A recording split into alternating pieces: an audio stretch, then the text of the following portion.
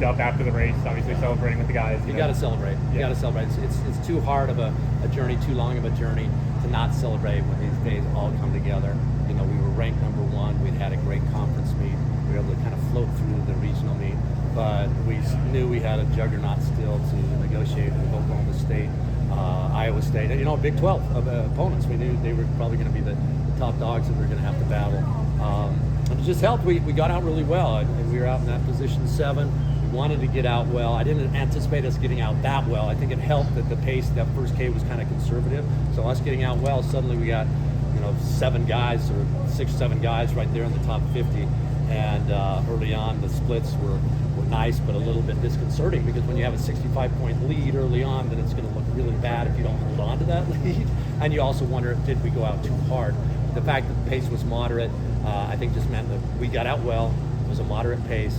Now just be patient, be calm, run your race at that point in time, and hopefully nobody catches us. Coach, you've got a no card on your wrist right now. Is that top secret or? No, not top secret at all. It's just the kind of positive affirmations for all the guys on the team. You know, we meet with the guys individually. They tell us what they would love to hear in terms of power statements, and it's all about having a positive psyche when the gun goes off.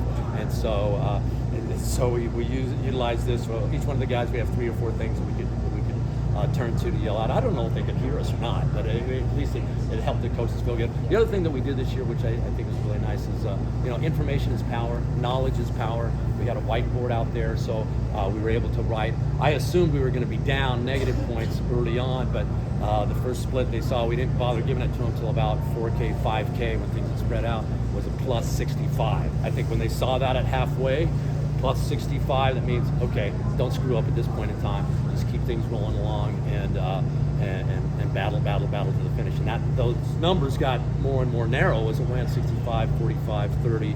I think the winning margin at the end was 13, but they were all positive, and that's great. Information is power. Was it the plan, or did you know that Casey was going to take on a lot of the? Yeah, the plan was to get Casey out there, out front, let him battle. Senior year, awesome. He was 5th at the Olympic trials in the 10,000 meters. The guy knows how to perform. He just wanted to get out and mix it up with the best of them out there. So yes, that was the plan. Casey was our low stick. We're at 2 through 7. We could interchange. Beginning of the season, I said we can have 7 All-Americans, and actually we ended up with 4 today.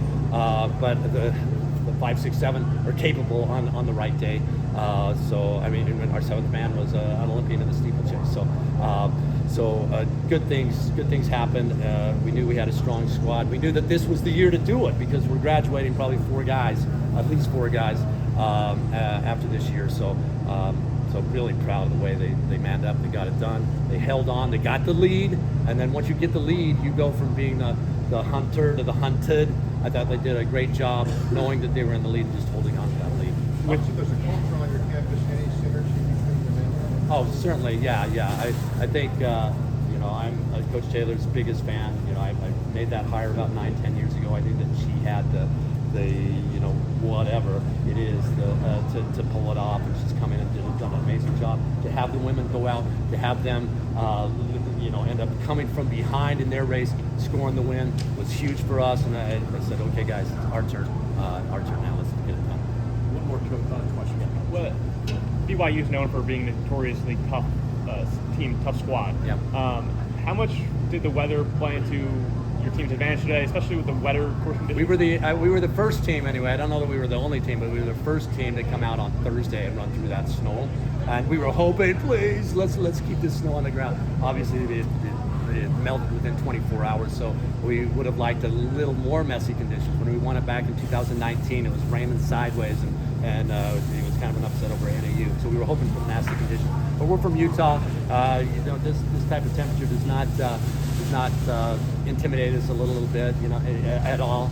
We just kind of coated their legs and arms with olive oil just to give them a little extra layer of insulation, and then they came home and smelling like a pizza when they crossed the finish line. But it was a good pizza, good day.